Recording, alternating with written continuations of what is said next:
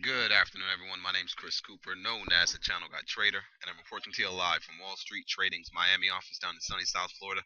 Today's date is Wednesday, October the 16th, 2013, and here is today's midday market update brought to you by WallStreetTrading.com. I want to first start off by taking a look to see how the indices are trading for the day so far. The Dow is currently up 181 points, the Nasdaq's up 42, the S&P is up 20 and a half. We take a look at the volatility index. The VIX is down 3.5 today. The bonds are up 62 cents on the TLT. Taking a look at the commodity space here, we're seeing some strength in the growth commodities such as copper and crude oil. JJC copper up 6 cents. Let's see, was up a little bit more earlier. USO crude oil is up 51 cents. It's currently trading near the highs. Silver is pretty much flat, down a penny on the SLV, and gold is down 29 cents. GDX gold down 29 cents from the GLD. GDX gold miners, they're down 20 cents. Remember, the gold and the gold miners, they were strong yesterday, so today they're showing a little bit of weakness. But overall, they're still holding yesterday's gains, so we got to keep an eye on that sector. Take a look at the screen here. We have the breadth on the market. We have 4,770 issues advancing on the NYSE, Nasdaq, and the AMEX. We have currently have 1,465 issues declining on the NYSE, Nasdaq, and the AMEX. You definitely see that breadth is in favor of the bulls today, close to a 4-to-1 there. And we do have a lot of the sectors across the board popping up. Strongest sector today is the financials and the biotechs. If we take a look at the change from open, percent change from open ETF list here that we track intraday on the trading desk here, we have FAS up 3.5% from the opening price. That is a 3 times leveraged financial ETF. We have XBI up 2%. That's a biotech ETF. And then we have XLV up 1%, TNA up 1% from the opening price, USO up 1% from the opening price. So those are the top five sectors and indexes up right now, or commodities. You can say USO, crude oil, of course. All right, so the financials, biotech, and the healthcare stocks are doing pretty well today. Let's go ahead and take a look at the market and see what we got going on here on the ES. ES did sell off yesterday around 11 o'clock, caught a nice bid around, let's see here, around 8 o'clock or so, as they were supposed to come up with that agreement last night. That got delayed again, of course, but the market did not fear at all. We came down, traded in a range between 1697 and 1701. We broke out above 1701 around 9 o'clock this morning. Nice little pop up, fast move up in the morning, 11-point move on one 50-minute candlestick. Nice little bull flag right here. And then we had another push up, and now we're just consolidating, trading sideways near the highs. You can see here on the 5-minute chart, we consolidated in a nice little range before they marked the market up higher. And now this prior resistance is now holding a support around the 1713 level. We break below 1713, look for move back down towards 1710, and then 1706 half is the previous day's highs.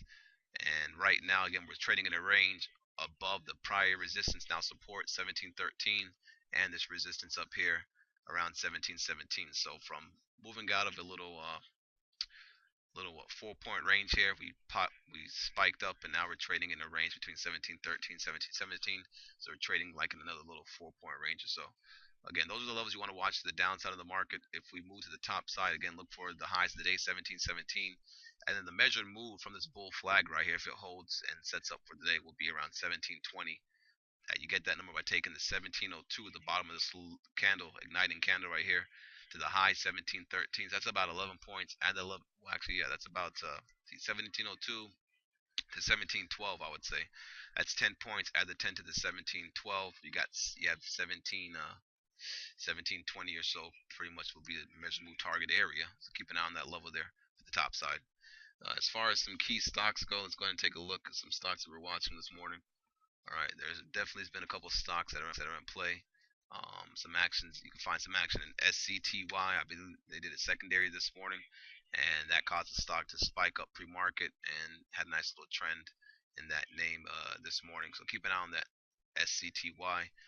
You're also seeing some action in the financials. Again, JP Morgan, nice little bull flag there that's trying to set up right now on the 15-minute chart.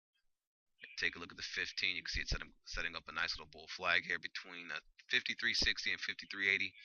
If it can get a nice little break and hold above 53.80, we should see this thing move over that 54 level there.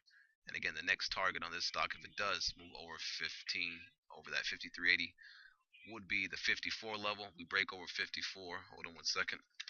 We break over 54. The next target you want to watch out for is, let's see, let me back up a bit.